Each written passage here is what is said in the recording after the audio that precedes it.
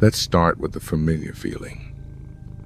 It's that surge of energy, that spark of ambition you feel when you set a bold new goal. Maybe it's a New Year's resolution to finally get fit, write that novel, or learn a new language. You feel unstoppable. But what happens next is often just as familiar. The slow fade. The initial fire dwindles to an ember, and soon it's extinguished completely. If this sounds like your experience, you are far from alone. This isn't a personal failing. It's a predictable outcome of a flawed strategy.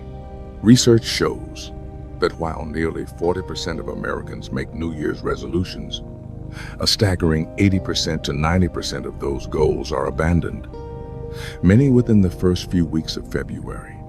In the end, only about 9% of people feel they successfully achieve what they set out to do. The very scale of our ambition, our desire for massive, rapid change, is often what sets us up to fail. We think too big, get overwhelmed, and quit. This cycle of failure can become a learned behavior. The statistics are so well known that we almost expect to fail, creating a self-fulfilling prophecy. Each abandoned goal reinforces the belief that we are bad at habits, when the real problem isn't the person, it's the process. Tonight, we're going to talk about breaking that cycle by changing the process entirely. And here is where our journey together tonight becomes unique. The next 15 minutes are designed not just for listening, but for learning on a deeper, more permanent level. Decades of scientific research have confirmed that sleep is not a passive state, but a critical period for what's called memory consolidation.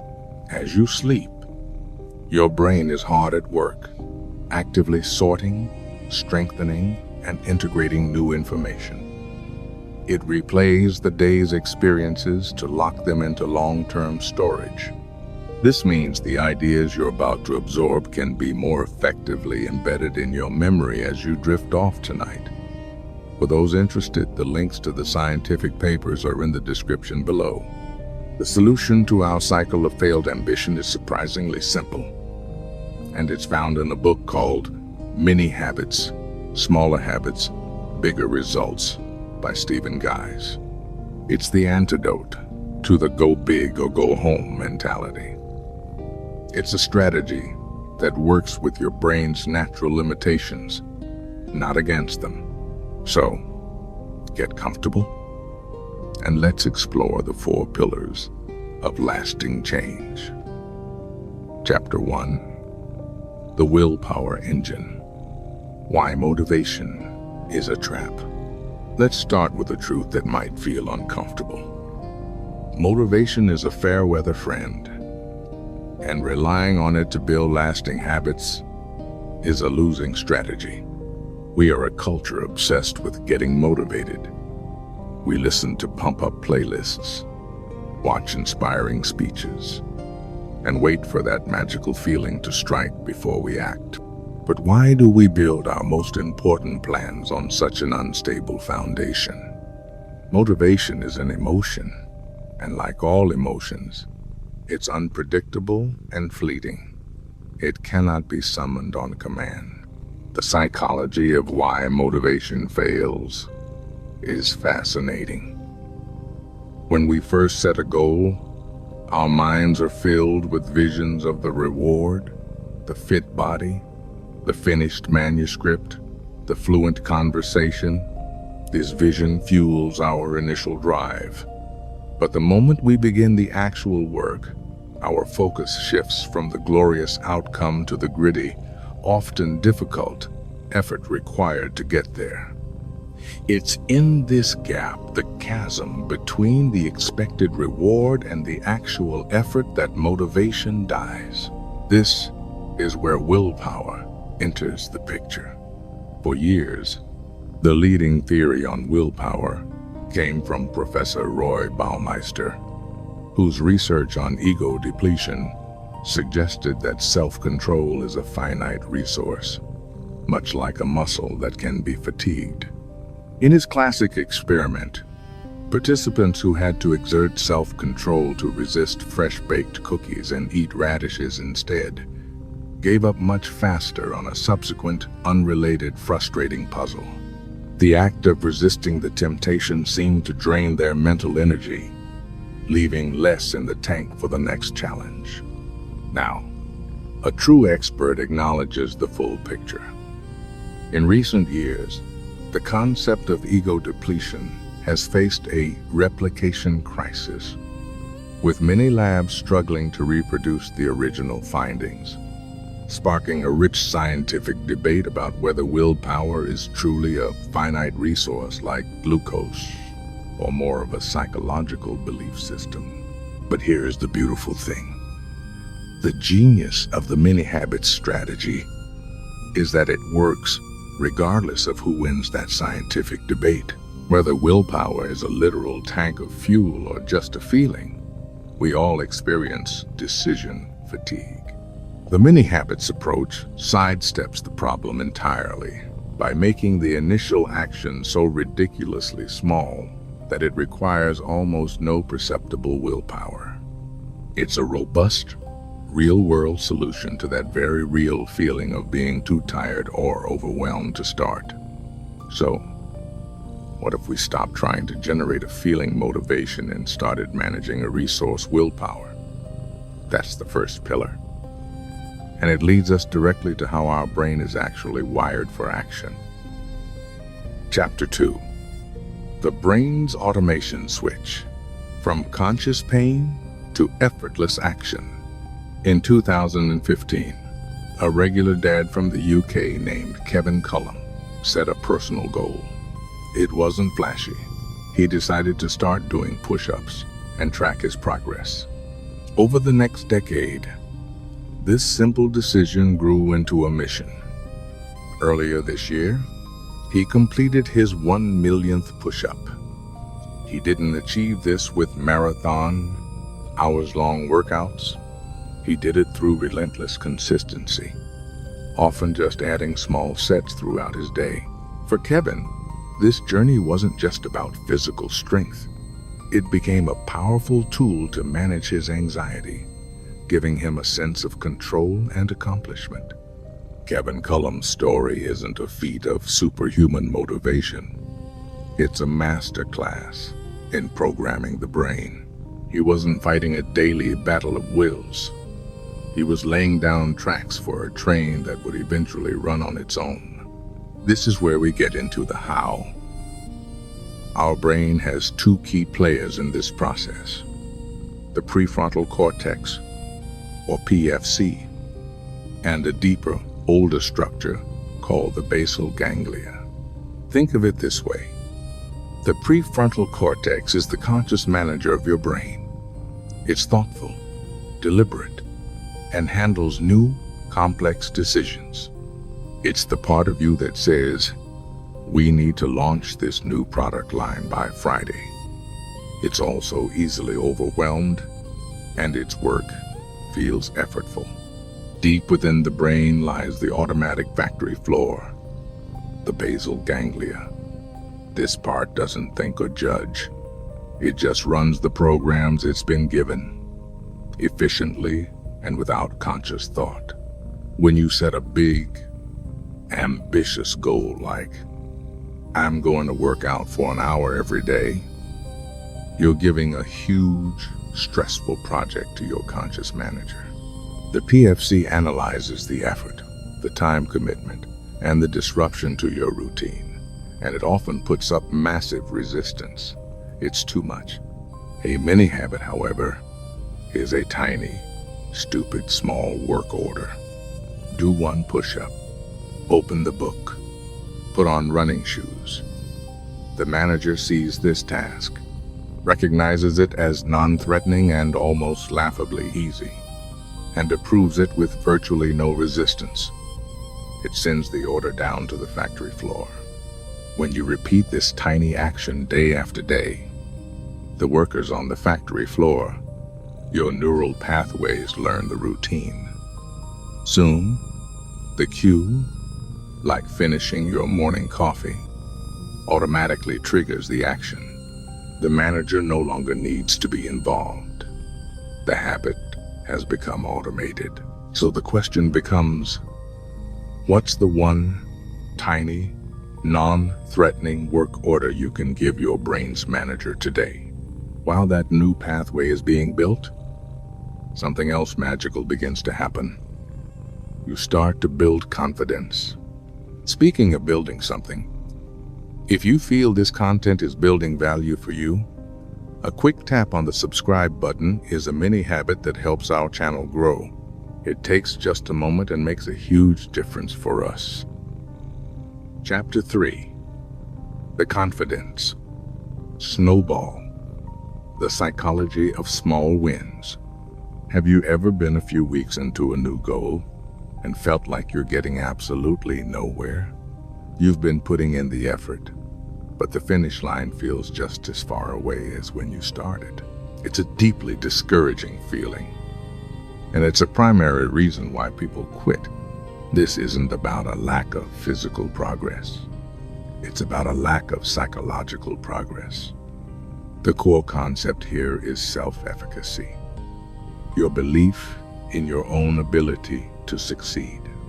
Big, audacious goals often starve you of this feeling for weeks or months, demanding faith without providing evidence. Many habits, on the other hand, provide a daily dose of proof. Let's take a non-fitness example. Imagine you want to learn a new language.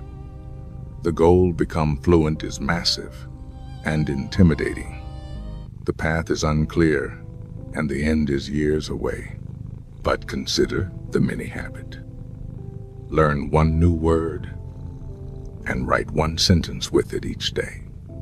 This is achievable every single time. A polyglot who coaches language learning shared that when she tried to memorize 50 words a day, she quickly forgot them all. But when she switched to learning just one new word a day, she built a functional vocabulary of over 365 words in a year, enough to navigate real-world conversations. Each day, she wasn't just learning a word. She was proving to herself that she could stick with the process. This is the confidence snowball. Each day, you complete your ridiculously small task. You're not just doing the task. You are adding a tiny layer of snow to a ball. On day 1, it's almost nothing. But on day 2, you add another layer, and another. On day 3, as this snowball of success rolls, it starts to pick up more snow on its own. You do a few bonus reps. You feel inspired to try another mini habit, and it gains momentum. Soon, it becomes an unstoppable force of self-belief. This belief, the quiet, internal knowledge that I am the kind of person who follows through, is ultimately more powerful than the habit itself. It spills over into every other area of your life, changing how you see yourself and what you believe you are capable of. But even with this powerful system, people can stumble. So, how do we make it truly foolproof? Chapter 4. The Rules of the Game. How to troubleshoot your habits. The problem is that even a system designed to be too small to fail can, on occasion, fail. When it does, our instinct is to blame ourselves. But the failure isn't in you, it's in the setup. Based on feedback from thousands of users, there are a few common mistakes people make when implementing mini habits. First, they forget or don't take it seriously. Because the task is so small, it's easy to dismiss as unimportant. Second, they get excited by early success and set too many habits at once. Trying to build 10 new habits simultaneously just recreates the same feeling of overwhelm you were trying to escape. Third, there's a disconnect with their why. They try to build a habit they feel they should have, not one they genuinely want. And fourth, they attempt unrelated habit stacking, creating cognitive friction. For example, pairing, after I brush my teeth, I'll do 1 push-up, can feel awkward because the context, location, and mindset are completely different. Here is the most profound discovery of this entire system. These failures are not moral failings. They are diagnostic data. They are your brain's feedback system telling you that something in the setup is wrong. If you keep forgetting, your cue isn't strong enough, or the habit isn't truly important to you. If you feel burdened, your ambition is overriding the system's core principle of ease. If you feel constant resistance, your why is weak. If the action feels awkward, it isn't logically sequenced in your routine. By viewing failure as data, you can debug the system instead of blaming the user, which is you. The solution, then, is to use the simple rules of the system as your diagnostic tools. The book summary lays out a clear checklist. Write it down. This makes the commitment tangible and combats forgetting. Start small and don't be hard on yourself. This is the antidote to taking on too much. Stick to 1 to 4 habits at most. Define your purpose. Understand why you want this habit. A strong why is your anchor. Choose a reward. Celebrate your tiny win. This reinforces the positive feedback loop in your brain. Be patient and congratulate yourself. This is how you build self-efficacy and the confidence snowball. The goal isn't perfection, it's consistency. By following these rules, you build a system that is not just effective, but resilient. A system that doesn't just build habits, but builds a more compassionate and understanding relationship with yourself. Now, let's bring it all home. Let's recap the 4 pillars we've covered tonight. 1. Rely on the steady engine of willpower by making tasks too small to require the fleeting feeling of motivation. 2. Work with your brain's natural design by using tiny steps to program your automatic self, shifting the load from the conscious manager to the automatic factory floor. 3. Build unstoppable confidence through the compounding power of daily, small, undeniable wins. And 4. Follow the rules of the game to make your system resilient, treating failure as data, not as a final verdict on your character. Now, here is your call to action. A direct, personal challenge. Right now, before this episode ends, I want you to choose just 1 mini habit.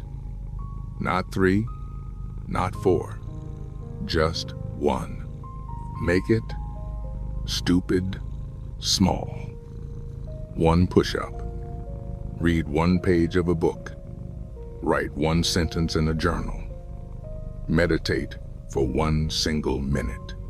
Decide on it now. And to make it real, put it in the comments below. And while you're typing, if you haven't already, please subscribe.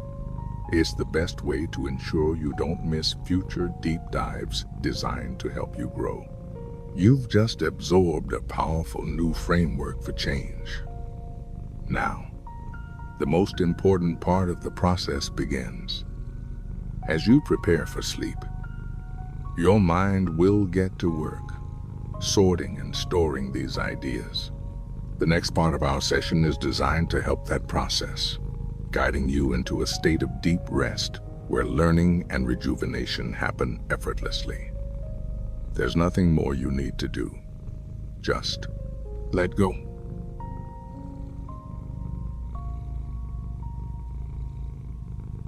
Find your way to a comfortable position, settling into your bed. Allow your body to feel the support beneath you, the weight of the blankets upon you. There is nowhere else you need to be, nothing else you need to do. This time is for you.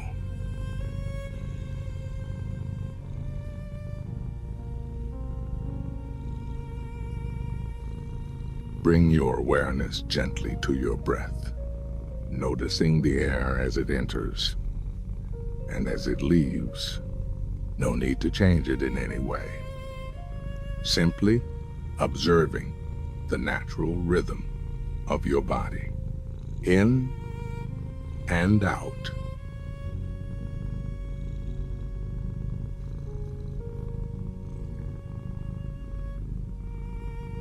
Allowing a feeling of release to begin in your toes, letting go of any tension held there.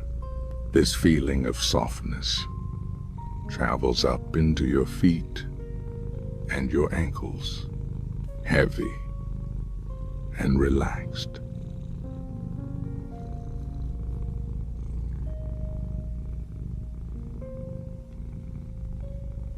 This gentle wave of release flows up through your calves, your knees, and into your thighs, letting go of the day.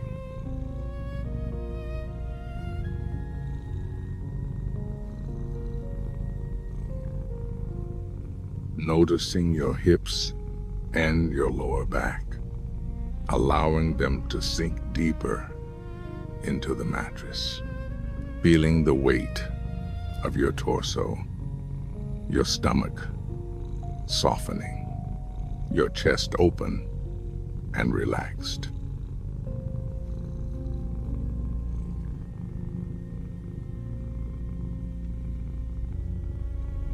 Allowing your shoulders to feel heavy, letting them drop away from your ears. This feeling of release flows down your arms, through your elbows, into your hands and fingers, loose and heavy.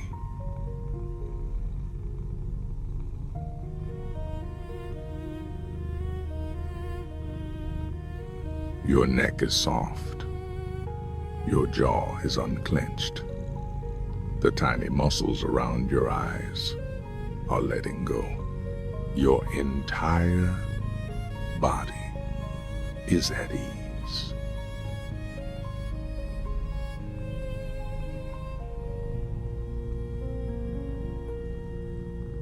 Today is complete.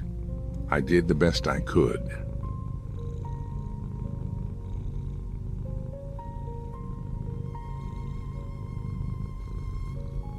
I am allowed to be a work in progress.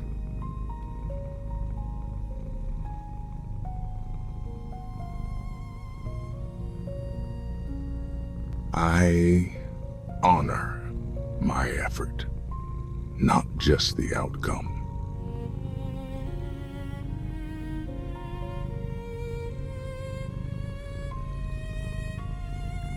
It is okay to take things one step at a time.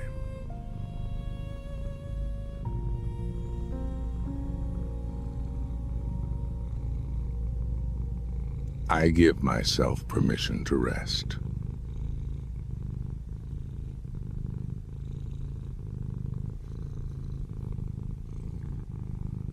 I give myself permission to heal.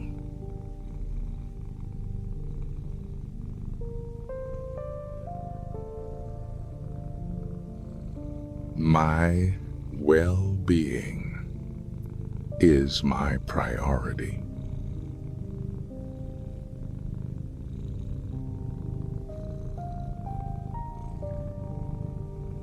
Every small step is a victory.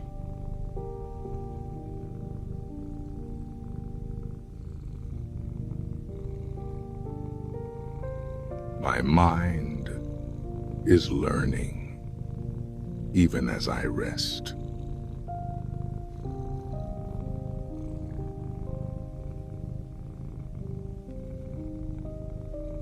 Consistency is my strength.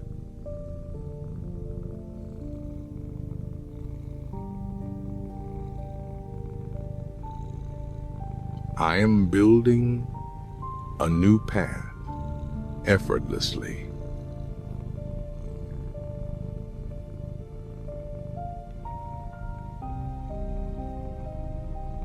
Progress, not perfection.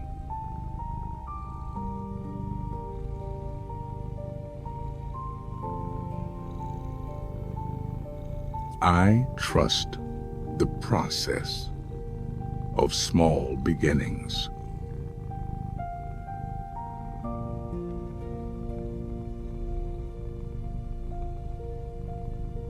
Letting go.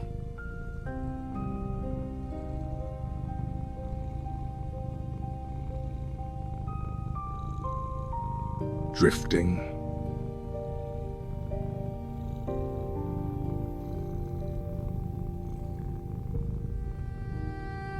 Heavy and relaxed.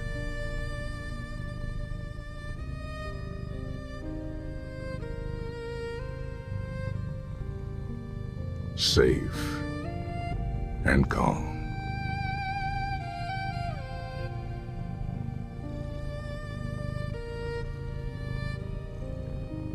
Sleep